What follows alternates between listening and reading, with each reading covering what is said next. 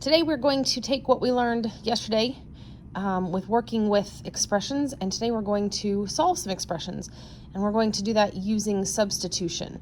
So when we replace one thing for another, we call that a substitution.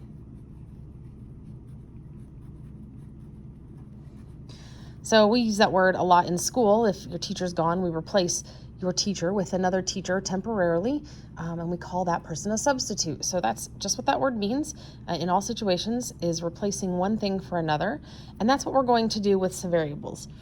So we're going to start with a substitution in an equation, and we can substitute a number for a variable, and that will help us determine if that equation is true. So when I look at this first equation, 5a, or 5 plus a equals 14, if I say a equals 9. So my problem becomes 5 plus 9 equals 14.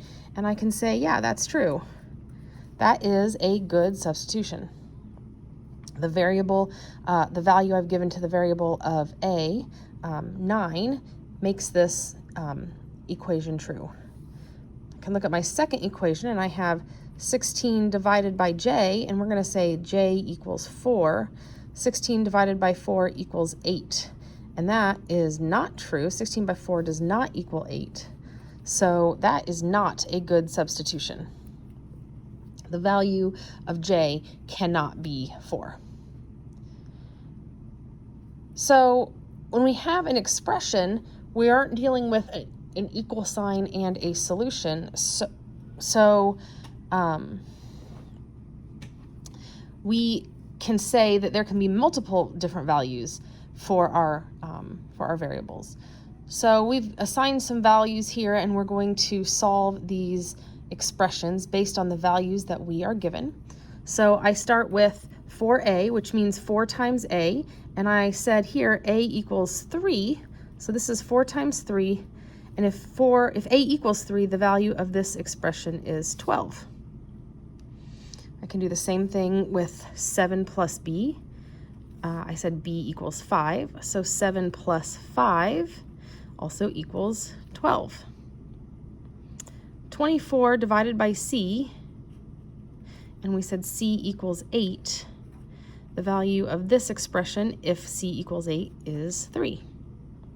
And the final one we can do using order of operations, 3a, so that would be 3 times 3 plus b is 5 minus c is 8. I'll get that written here. And I'm going to use order of operations to solve this. So I start with my multiply. 3 times 3 is 9 plus 5 minus 8. And then I move on to add and subtract, and addition comes first in this equation, so I'm going to solve that first. 9 plus 5 is 14, and I subtract 8.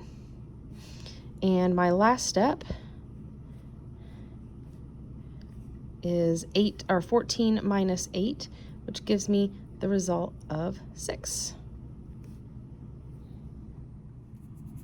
All right, now we are going to use what we've learned about substitutions, and we're going to look for expressions that we can write where the variable changes and the result that we would get in a situation where the variable changes. So we're going to look at this first one, and I have the letter A, and I'm saying that if A equals 48, I need to come up with an expression or a rule where the result would be 6. If A equals 56, the result would be 7. And if A equals 64, the result would be 8. And then I'm going to figure out what the result would be if A equals 72. So I'm looking for a pattern with the variable A. So I know that 48 to 6, my change is getting smaller. So my number gives a larger number if it's the variable, and the result is smaller. So that gives me two options for my operation choices. This is either going to be subtraction or division, and I want the rule to be the same for every single use of the variable a. So I ask myself, well, what's one way that I can get from 48 to 6? And I know that 48 divided by 8 is 6. And so then I ask myself, well, does that rule still work with everything else? So I have 56 divided by 8 is 7, and 64 divided by 8 is 8. And then I would know that 72 divided by 8 would be 9. So that would be the correct solution if my variable is 72. So now I'm going to write the rule, or the expression that makes all of these boxes true, and that would be that A divided by 8 is going to give me the solution for each one of these scenarios. So go ahead and look for those patterns in each one of these as you go down the page, and in the ones where there's blank, you get to choose the number that can be used in the equation with the variable, and you get to come up with the result.